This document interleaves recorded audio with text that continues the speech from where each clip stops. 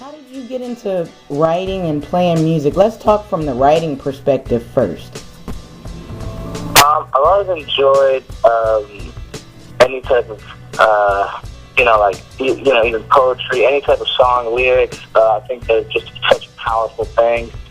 I guess I got into it a lot from like Bob Dylan, Janis Joplin, a lot of the older writers and singers, especially Bob Dylan, because he's just an amazing songwriter. Yes. Those are some pretty amazing artists to follow. And for a young man also, how did you get into the vaults of that music? Well, my mother raised me, and my father raised me on some really old school music. Mm-hmm. And when I was younger, I didn't really get it, but it's like amazing how when you get older, you start to appreciate the stuff they played for you, and you just start to get into it. And all my friends listen to that type of stuff, so and you're just really into, music, and something that has a message, a really good message to it, and something that speaks to you, rather than just something being very bland and not really having any meaning to it. Right. And the guitar is your main instrument? Yes, it is. And you're singing and playing it during your stage performance? Yes, I am. Oh, wow. What a show, Cory. What a show you're bringing to the people. You just don't find that, all the time now. Maybe someone can play an instrument, but they just go out and mostly do upfront vocal things. And you're taking your acts out there and really showcasing your skills. Well, I started playing guitar first. I never really was a singer. I was more of a songwriter and just a guitar player. Mm-hmm. And then, somewhere along the line, I was playing in a band, and our singer quit on us, and I knew all the lyrics to the songs, and we had a show. So I said, I'll sing for tonight. And it was funny how it happened, because I went out there and I sung, and everybody liked it, so I just became the singer of that band. We went on till I was about 18, and then we broke up, and then I started doing my solo stuff.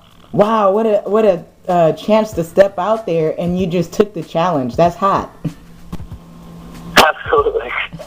Look, the show must go on, huh? Yes, it always got to go on, right? Right. So you were raised in South Florida. Tell us about that.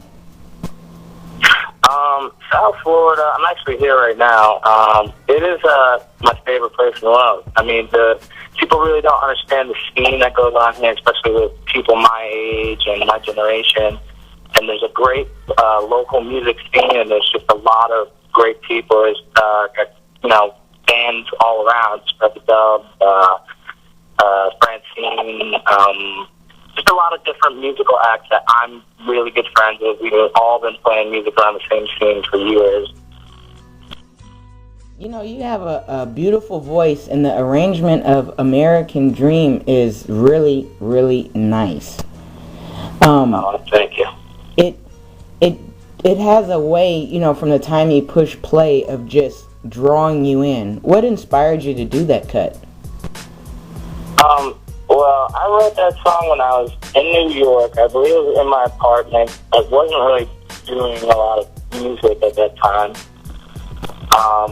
And I don't know, I was just sitting there and I was thinking about, all the stuff going on in the world, and how, it's so easy to point the finger and look at the negative things and look at all the older political point of views and, all the older politicians, I guess, to me, that are giving us a bad name. And I think that the youth should be looked at. The American youth should also be looked at. And to me, I was just trying to think about how that is the American dream. The American dream is the young kids who have a voice, who can stand up and speak their mind and say how they feel and try to help this place. I think that's America to me. And I mean, of course, everyone as a whole, but I think we really need to look at the youth as well and say, we're a huge part of it. We're the future of the world, and we need to stand up and say what we believe and try to make the world a better place. Right. Hey, being that you're from Florida and we're talking about American dreams and politics, and you're a young man yourself, what are your feelings on this Trayvon issue, and what is the vibe down there where you're at? My feelings on that issue, I was actually thinking about it last night, and I just think, in my point of view, I think the guy is completely wrong and he should be, in jail right now. But, I don't know. My feelings really just go out to his family. Right. That's tough. I've lost a few friends myself, some of my best friends, and to stupid stuff, to, violence and whatever. And it's just like, I know how that feels, and it's not a good feeling.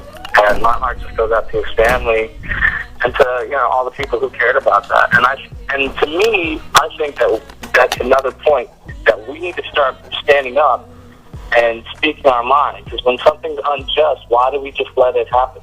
That's how I feel about it. That should not be happening right now. But, what can you do? Just express it through your music, man. Absolutely. Hey, that's a really interesting take, and I'm glad we had a chance to touch on that. What's next for you, man? You got some tours. What do you got dropping for us? What's happening? As far as right now, I got 2 new videos that should be coming out soon. I don't have the release dates yet, but it's for a song called "Walking Through Brooklyn." Mm-hmm. That absolutely love the song. It's a really good shout out to Brooklyn to me. It just really kind of paints the picture of the everyday struggle of the artist out in Brooklyn, because you notice that there's so many people out there trying to, make it. Right. So the song's really about going out there and just trying to search for more and just, come up, I guess. Right. Hey. The other video is for a song called Heartstrings, which is actually a song about kind of a heartbreak. I guess it's one of those heartbreak songs. Okay. So that should be coming out soon. I'm not sure on the date yet, but as far as everything else, just recording and making music and waiting till I get some dates and going out there and playing, I guess. Well, if you stay ready, you don't have to get ready, and it sounds like you're staying ready. Yes, I am.